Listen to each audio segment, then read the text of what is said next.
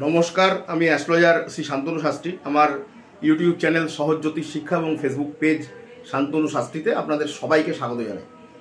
আজকে আলোচনা করছি, প্রথমে একটি কথা বলে রাখি, মানুষ জাতক জাতিকা তারা কিন্তু অসুবিধায় যখন পড়েন, যখন তাদের খারাপ সময় আসে, তখন তারা কিন্তু জ্যোতিষের পরামর্শ নিতে আসেন, জ্যোতিষশাস্ত্রের সাহায্য নিতে আসেন, যাতে এই কঠিন সময় বা খারাপ সময় যেটি মনের ওপর বা শরীরের ওপর যে বিশেষ প্রভাব বিস্তার করেছে, সেখান থেকে কিছুটা হলেও তারা স্বস্তি পাওয়ার জন্যই কিন্তু জ্যোতিষশাস্ত্রের পরামর্শ নেন।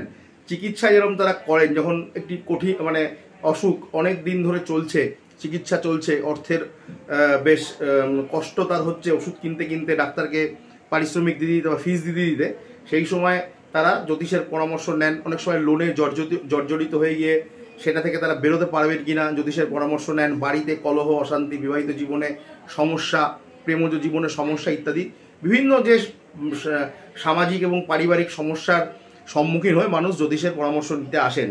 এবং এই সময় আমরা যদি বৃহস্পতির প্রতিকার পোকরাজ লিখে দিই, সেই রত্ন ক্রয় করা বা কলম্বিয়ান পান্না রত্ন ক্রয় করা, বার্মা চুনি ক্রয় করা কিন্তু ভীষণ কষ্ট সাপেক্ষ হয়ে যায় তাদের ক্ষেত্রে।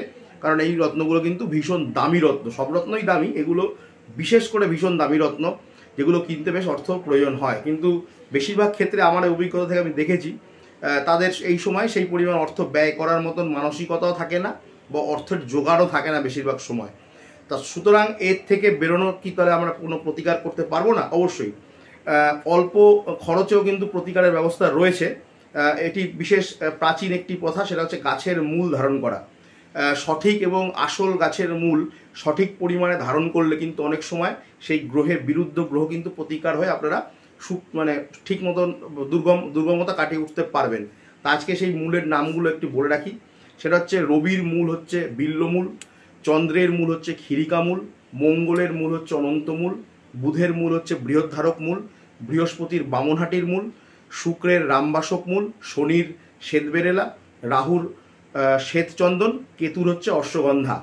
এবার কোন মূল কি রঙের সুতোতে কত পরিমাণে পড়বেন, এটি কিন্তু যিনি জ্যোতিষী, যিনি শাস্ত্রটি জানেন, তিনি ক্যালকুলেশন করে বলে দেবেন। কী বার ধারণ করবেন সেটিও কিন্তু তিনি ক্যালকুলেশন করে বলবেন। সুতরাং এর জন্য আপনাদের কিন্তু জ্যোতিষের পরামর্শ নিতে হবে।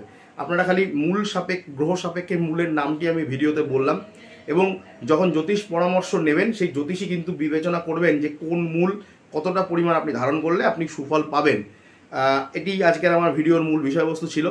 আমার ভিডিও পরপর আপনাদের জন্য আমি আপলোড করছি ইউটিউব চ্যানেলে। আগে শর্টস দিতাম, এখন ভিডিওর আকারে দিচ্ছি। আপনারা আমার ভিডিও দেখুন, সাবস্ক্রাইব করুন, একটু শেয়ার করে দিন, এবং এই ধরনের ভিডিও আপনারা পরপর পেতে থাকবেন। রাশিফল, বিভিন্ন গ্রহের গোচর সংক্রান্ত ফলাফল, বাস্তু, হস্তরেখা সমস্ত। ধন্যবাদ।